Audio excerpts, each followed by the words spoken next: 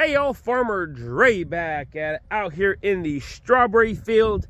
Today we are building deer fence to keep the deer from getting into our strawberry patches. Plants are looking good. I have been seeing a little bit of nibbles, so it's time to get the deer fence up and protect these little baby strawberries from getting all eaten up. Before we do get started with that, I do want to give you guys a little bit of update on how the strawberry plants are looking and how the fields are looking. So these were planted 2 weeks ago on Monday, and plants are looking really good. Today is first week of October, so they were planted on the 18th of September. But just look how beautiful they are looking, just really awesome. Got a little bit of weeds coming up through. I did not use a pre-emerge herbicide underneath the plastic. We just never had time, so we're gonna have to come through here and pull weeds a few times this fall. But the grass is growing nicely, and the plants are looking really good. This whole field here is Ruby June. The majority, about 80% of our planting this year is Ruby June, but the plants are looking amazing. We had a really good set of plants. There's a few plants that either didn't get planted, but I'll say we have about a 99% stand in the plants. So I had a few comments whenever we were planting them. Some folks were saying they're a little yellow, but that seems to be kind of the trend whenever they do get put in the trays and shipped out here. And then by the time we plant them, they do get a little yellow, but we put them in the ground and then we start pushing fertilizer. I'm gonna make a whole video on fertilizing strawberries after you plant them. But the plants, once you put them in the ground, we do broadcast fertilizer before we put the plastic on, and the plants start looking really good.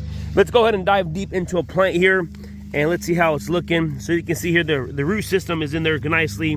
The crown is put in there properly, and we've already been seeing some new leaves here. So this leaf is already all new growth in 3 weeks.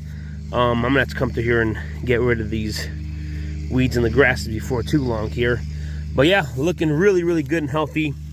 So can't complain too much about it. Got a nice firm bed. So looking really good. I'll keep you guys updated as the fall progresses and how more of the plants coming on here. But we've already built, we got 3 different fields this year. We got a field over there, this field, and another field. They're about an acre and a half, acre and a quarter a piece, depending on the size of the field. This one right here is 1.5 acres.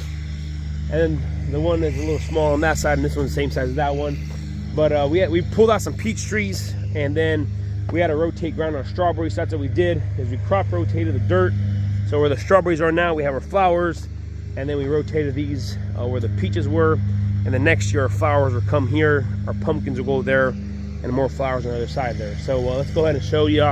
We got an acre, or the first block of deer fence put up there. So let's go ahead and show you guys how that's looking. You guys do remember this past spring, our strawberry field was right here. So we turned our strawberry field into the zinnia patch. And these are all for you pick. We've been having a really good fall this past season. We've been open September and October for fall festival. The zinnias have been a big hit.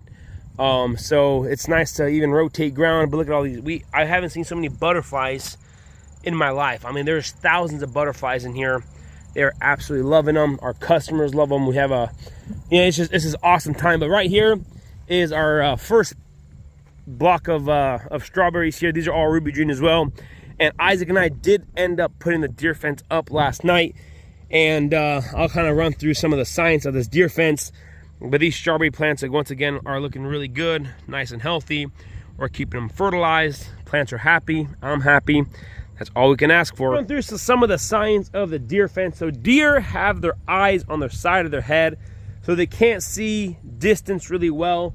And the main reason why this deer fence works really well is since deer have their eyes on the side of the head, they can't see distance very well, so that whenever you put a 2-layered fence up, whenever they're looking from right here, you know, if you're looking from right here from a deer's perspective, you can't really tell. It's even hard to see how far, if you don't look at the T-pose, it's kind of hard to see from a human's perspective how far the other lane is. So the idea is the deer's gonna look at that, at the fence, and the main reason that we use the white tape is that it kind of flickers in the wind, so it's more visible to deer. But anyway, so whenever the deer comes, it can't really see how far the other fence is, so that in its own brain, it looks like it's much taller and they can't really see the distance. And then we also plug it in, so it is electric fence. So whenever they can't see, they're going to try to sniff it and they're going to get zapped, and they just won't jump over. It's going to cost too much headache for them, and then they get electrocuted, and then they realize they can't jump over. So that's why the deer fence works really, really well. In the past couple of years, this around the strawberries has worked absolutely amazing. Whenever it was done right and the electric was plugged in, I had no issues at all fall long. Now, and the main reason is that why it works so well is right now, even though the strawberries are really green, there's a lot of other greenery around. I mean, they can munch on the corn. They can still, you know, the apples aren't that susceptible to deer fence. But they, you know, they can still munch on a lot of other things, but the real pressure comes whenever the frost comes and all the other greenery dies. But even then, a couple years ago, we didn't put the row covers on until super late, until like December, and we still had no issue with deer coming in and eating the strawberry field. But like I mentioned, there is 5 feet between this post and that post, and you want to put 2 rows. And the biggest thing, I put 3 rows in the front just so that a deer can't hop through, and 2 in the back. So you want to create an illusion that the fence is way taller than it actually is, and the deer, if you put, you know, 4 to 5 feet between the rows, it will cause the deer not to jump over, and it must be plugged in. It has to be plugged in, because if they get curious, they're going to touch it and get zapped. In a perfect world where I would have an unlimited amount of money, the most ideal situation is to build an 8-foot deer fence around the whole farm. And then you will never have to deal with building fence, putting the clips on, making sure it's electrified. But in our position, how we are now, it's much cheaper for me. And long term, it's better. Not really long term, but in the short term, it's just easier to do this style of deer fence, a double layer deer fence, which works really well around certain crops. But I think eventually in the future, we are going to have to build an 8-foot deer fence, just because you build it right once, and then you never have to deal with it again. You know, it's like one of those things, just build it one and done. But temporary, year after year, this fence does work really well. And if you're like us and rotating ground, it makes, you know, financial sense to kind of build this fence. You know, if I would have $30,000 right now to build a deer fence, I can use that money in building something else on the farm. So that's where it kind of goes back and forth. But if you would want to build a deer fence on the whole farm, it'll cost you just about $25,000-$30,000, depending how much you're closing in. But like I said, in an ideal world, you would want to build an 8-foot deer fence on the whole farm. But since we can't, and we really don't want to, this other fence works really well, and it's like 10 times cheaper.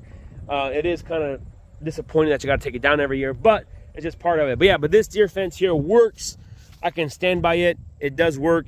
You plug it in, make it electrified, and the deer will not jump over it. One of the biggest downsides to this fence is if you ever want to do anything inside the field, like pull weeds or fertilize or have to fix any irrigation, you do have to go and plug it. And if you want to get a tractor in there, you got to take down the fence, which is not terrible.